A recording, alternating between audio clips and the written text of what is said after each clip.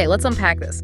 We're diving into something pretty pivotal happening right at the very top of the corporate ladder: executive career transitions. Mhm. We're talking specifically about a phenomenon some experts are calling the retirement cliff in C-suite leadership. That's right. And our mission with this deep dive is really to explore how distinguished executives, maybe like you listening, can not only navigate this, well, incredibly complex landscape, but actually transform their departure into a strategic advantage. Exactly. Making sure that legacy endures. Yes, and opens new, exciting opportunities instead of just, closing doors. Right. We're drawing our core insights today from the brilliant work of Laura Johnson, an executive career strategist, owner of LLEJ Careers. Especially from her piece, The Succession Conversation, How to Leave Without Being Forgotten, and her Substack, Your Executive Advantage. And what's truly fascinating here, I think, and maybe often overlooked, is that this isn't just about an individual leader's personal choice, deciding to retire or even their own career path. This is a significant market imperative. It's a seismic shift impacting organizations globally. Globally. The sheer scale of the numbers we're seeing really underscores that. Absolutely. And you think about that moment in a boardroom, right? A seasoned CEO announces their retirement timeline. Yeah. In that instant, you're not just losing a person. You're looking at decades of institutional knowledge, strategic relationships. Hard-won wisdom. Exactly. Hard-won wisdom just hanging in the balance. The critical question isn't just who takes the reins. Although that's important. Of course. But it's whether that outgoing leader's influence, their impact, will actually endure or just kind of evaporate after their final board meeting. That's the absolute core of what we're calling this retirement cliff dynamic. We've actually seen CEO succession rates among leaders aged 64 and older drop. They dropped by 8% in 2024. 8%. Doesn't sound huge, but... Right, it sounds small, but it's quietly creating this anticipated surge of retirements. Leaders who've delayed are, well, finally stepping down. And here's the kicker, the truly mind-boggling part.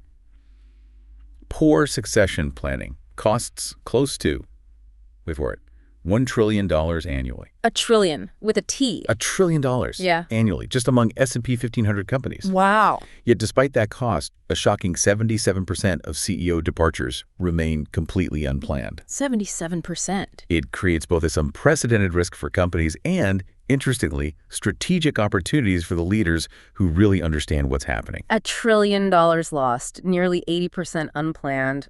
I mean, that's just staggering. It really makes you wonder, if the risk is so incredibly high, what's genuinely keeping these C-suite leaders in their seats longer? What's building this cliff? Is it just performance, or is there something, I don't know, more systemic going on? It's definitely a blend, a mix of interconnected factors. First, you got to consider economic uncertainty. Think about it, right?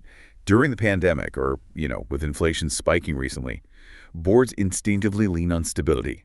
They prefer the known quantity, the steady hand they already trust. Makes sense. Don't rock the boat. Exactly.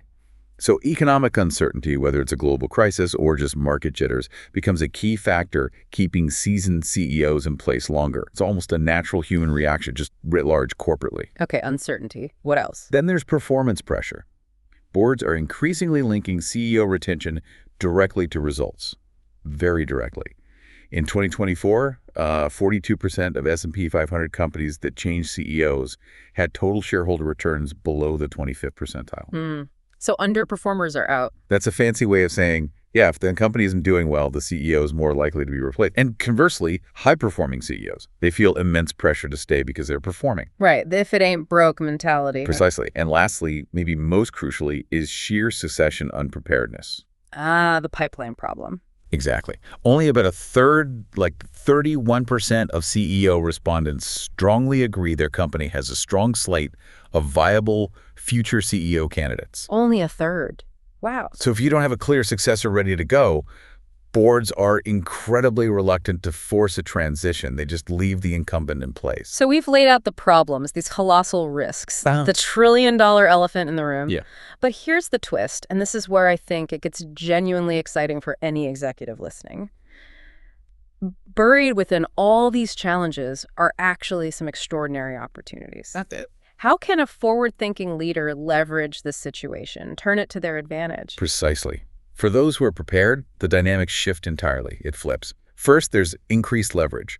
The scarcity of ready successors fundamentally changes the power dynamic. It gives current executives, frankly, unprecedented control over their succession timing and the terms of their departure. Control they might not realize they have. Absolutely. Then there's this new premium on experience. Organizations are realizing they desperately need the stability and wisdom only seasoned leaders can provide. This opens up more chairman emeritus roles, more advisory opportunities than ever before, because that experience is suddenly a very hot commodity. Experience becomes a strategic asset in itself. Exactly. And this also extends to board positioning.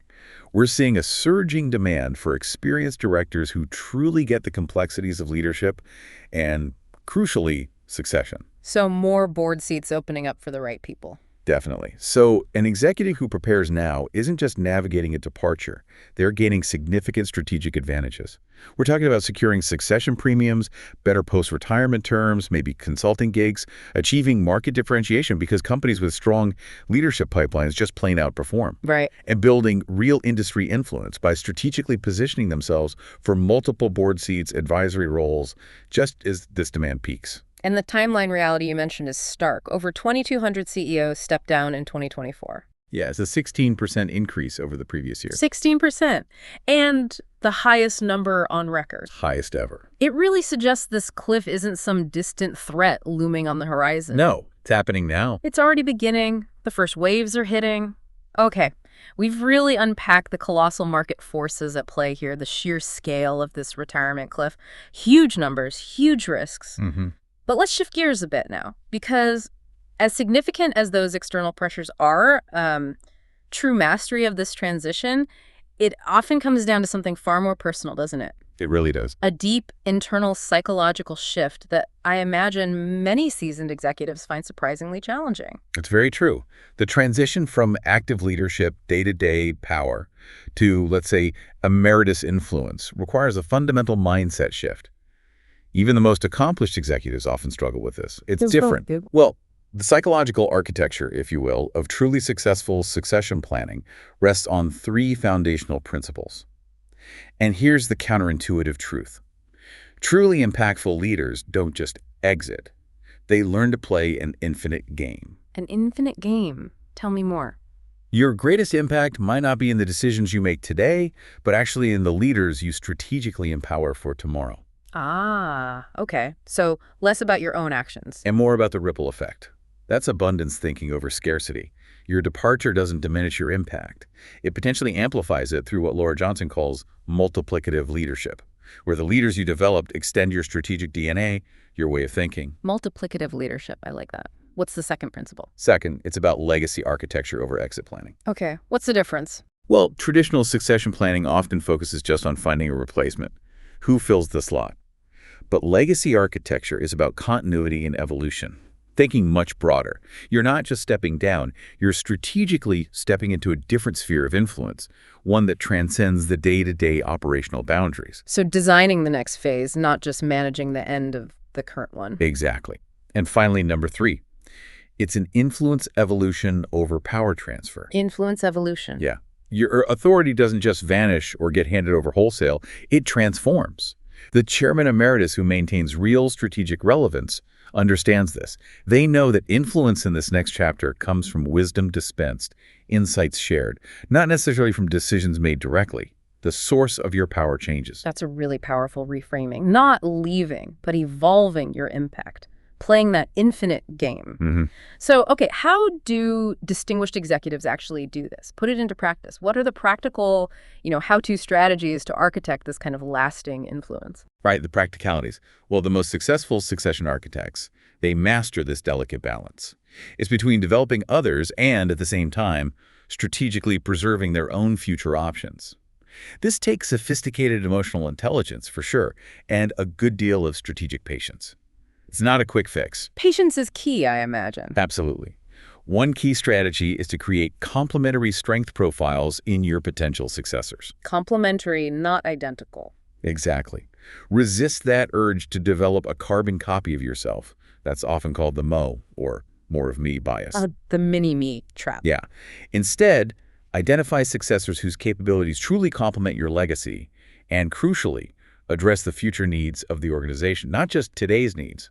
Looking ahead. Always looking ahead. You also need to establish development timelines that serve your agenda. Leveraging the situation.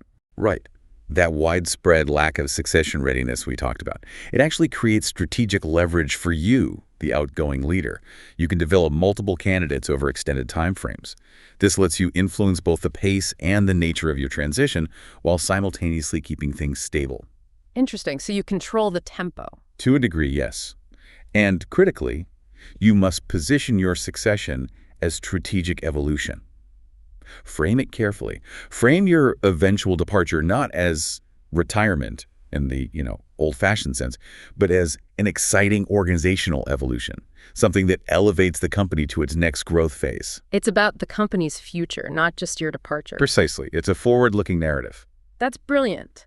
It reframes the whole thing. It's not just finding someone to fill your shoes, but strategically preparing the ground for the company's next great leap forward. And we even have a real-world example of this in action, don't we? I do indeed. The James Gorman model from Morgan Stanley is just a masterclass in this approach. What did he do? Well, his deliberate, meticulously planned three-phase progression, first CEO, then executive chairman, then chairman emeritus at Morgan Stanley, all while simultaneously securing the chairman role at Disney. That demonstrates how a truly strategic succession can open doors rather than close them. Wow. He lined up the next thing while managing the current transition. Exactly. It's really a blueprint for maintaining influence and creating entirely new avenues for impact post-CEO. That's incredible foresight. But, this raises a really important question for any executive thinking about this. What about that relationship? The post-transition relationship with the incoming leader? How do you manage that incredibly delicate dynamic? Without stepping on toes or becoming that ghost in the machine? That relationship is absolutely critical and often, frankly, where things can go wrong. When CEO transitions fail, it's often because incoming leaders aren't skilled at managing those complex power dynamics involving the board, the outgoing CEO, and themselves. It's tricky. So how do you build that bridge effectively? To build effective advisory relationships with your replacement, number one, you must establish clear boundaries and expectations for your advisory role before the transition even begins. Clarity up front. Crucial. Ambiguity just breeds conflict. Be specific about your role, its scope, its duration. Then create value-added advisory protocols. Your counsel should focus on high-level strategic insights, leveraging your network, your industry relationships, sharing institutional knowledge. The big picture stuff. Yes. Yeah. Crucially, avoid operational oversight. That just undermines your successor's credibility and authority. Stay out of the weeds. Stay out of the weeds. And finally, your role shifts dramatically. You go from decision maker to strategic sounding board. So you need to facilitate rather than direct. The most effective emeritus leaders, they ask probing questions. They guide. They don't provide definitive answers that dictate. Guide and don't dictate. Got it. Okay, so beyond the personal relationships, how do executives preserve that vast intellectual capital they built up over decades? Yeah, good question. It feels like so much can just evaporate with a departure, and that's a huge loss for any organization. It absolutely can. A huge loss. Unless it's systematically captured. And this is where documentation strategies become paramount. It sounds boring, but it's vital. Okay, like what kind of documentation? First, you need strategic decision architecture. This means documenting not just what decisions were made, but crucially, why they were made, what alternatives were considered, what factors proved most influential. Think of it like creating a strategic playbook for future leaders. The why behind the what. Exactly. Then there's relationship capital mapping. This involves cataloging all your crucial industry relationships. Who are they? Why do they matter strategically? What's the best way for your successor to engage with them? Your network is an irreplaceable asset. So true. And documenting it ensures it continues to serve the company long after you're gone. Makes sense. And the third? And finally, cultural DNA codification. This is maybe the hardest, but also critical. It's about capturing the unwritten rules, the cultural nuances, the leadership philosophies that truly define the organization's character. These intangibles often determine long-term success more than any formal strategy document. Capturing the culture. That's tough, but essential. So let's say an executive makes that transition successfully. They're now chairman emeritus or in a similar role. How do they continue to contribute tangible value? Right. It can't just be a ceremonial title, can it, to really work? It absolutely shouldn't be. And the most effective ones aren't. The most effective emeritus leaders identify specific areas where their unique expertise provides a distinct organizational advantage. This includes maintaining a strategic advisory capacity, focusing on high-level strategic challenges where their deep industry experience and institutional knowledge provide unique insights. Like high-level consulting almost. Exactly. Think of it as high-value, board-level strategic consulting, tailored to the company. They also often engage in external relationship stewardship, actively maintaining and nurturing key industry relationships on behalf of the organization. Your established credibility, your personal connections can open doors that might otherwise be closed to a new leader. Leveraging their network for the company. Precisely. And finally, a really powerful one, leadership development mentorship, where you actively invest time in developing the next generation of organizational leaders. Your mentorship becomes this incredibly powerful multiplier effect, extending your influence through the leaders you help shape. Passing the torch, but also guiding the hand holding it. Beautifully put, yes. This all sounds like a significant undertaking. I mean, it's a true strategic project in itself, isn't it? Oh, absolutely. What does the implementation timeline actually look like for someone considering this kind of, well, profound transition? Is it years, months? It's definitely a phased approach. It doesn't happen overnight, but you can start quickly. There are quick win strategies you can implement in just, say, 30 to 60 days. Okay, like what? What can you do right away? We'll focus on things like scheduling individual, informal meetings with board members, just to subtly discuss succession readiness. No big announcement, just planting seeds. Initiating quiet conversations with potential successors about their development goals. Beginning to document maybe your top 5 strategic relationships. Just start somewhere. Small, actionable steps. Exactly. You can also draft some preliminary thoughts on what a chairman emeritus role might look like for you. Identify maybe 1 or 2 key strategic initiatives you'd want to stay involved in. And importantly, start researching external board and advisory opportunities, ones that would enhance your legacy, not just fill time. Laying the groundwork quickly. Yes. Get the ball rolling. And then for the longer haul, to really embed this kind of transformation, what does that look like? Right. For the long-term development roadmap, which typically spans, maybe 12 to 18 months, it gets more formal. You'd likely establish more formal succession planning committees with the board. Conduct comprehensive leadership assessments of internal candidates. You might even begin external executive searches, not necessarily to hire, but for benchmarking. See who's out there. Getting serious about the candidates. Definitely. The next phase is intense candidate development and evaluation. Implementing specific leadership programs, creating stretch assignments for high potentials, maybe even establishing external advisory relationships for objective evaluation of candidates, getting outside eyes. Developing and testing. Developing and testing. Then comes the critical transition architecture phase. This is where you finalize the successor selection. You create detailed knowledge transfer protocols building on that documentation we talked about, and you establish the precise parameters for your chairman emeritus role, nailing down those boundaries and expectations. Nailing down the details. Absolutely crucial. The final phase is implementation and legacy positioning. This involves the gradual transfer of authority. Formal mentorship kicks in, and you actively start activating your external opportunity pipeline while maybe developing your own thought leadership platform, writing, speaking, etc. Wow, that's a truly comprehensive roadmap, from quick wins to long-term architecture. It has to be, for something this critical. But, in such a complex, high-stakes process, how do we measure if all this effort is actually paying off? How do you know if it's working? Great question. What are the key metrics for success here? It seems fuzzy. It can seem fuzzy, but you can measure it. Success is really measured across multiple interconnected dimensions. First, we look at succession effectiveness indicators. Pretty straightforward. Like? Things like a successor's performance in their first, say, 18 months. Objective results. Measures of organizational stability like executive retention rates, employee morale, board confidence surveys, and the continuity of key stakeholder relationships, customers, investors, partners. Are those relationships holding steady or improving? Okay, successor performance and stability. Makes sense. What else? Second, there are legacy preservation metrics. This gets more at the outgoing leader's impact. These assess things like the continuation rate of your key strategic initiatives after you leave. Are they carrying forward? How well are core cultural values being retained? You can measure this through employee surveys looking for shifts. And the effectiveness of that knowledge transfer we talked about, often measured indirectly by the quality of your successor's early strategic decision-making. Are they leveraging the playbook? So, is your strategy and culture enduring? Basically, yes. Did it stick? Finally, we track Emeritus influence measurements. This is about your ongoing impact. Measuring the Emeritus role itself. Right. This means looking at your external opportunity acquisition. Are you landing those board positions, those advisory roles, speaking engagements you targeted? Your engagement in industry thought leadership, are you seen as a relevant voice? And importantly, the continued organizational value you create through your specific advisory contributions and ongoing relationship facilitation for the company. Are you still adding measurable value? So it's effectiveness, preservation, and continued influence. You can actually track this. You absolutely can, and you should. What an incredibly thorough exploration.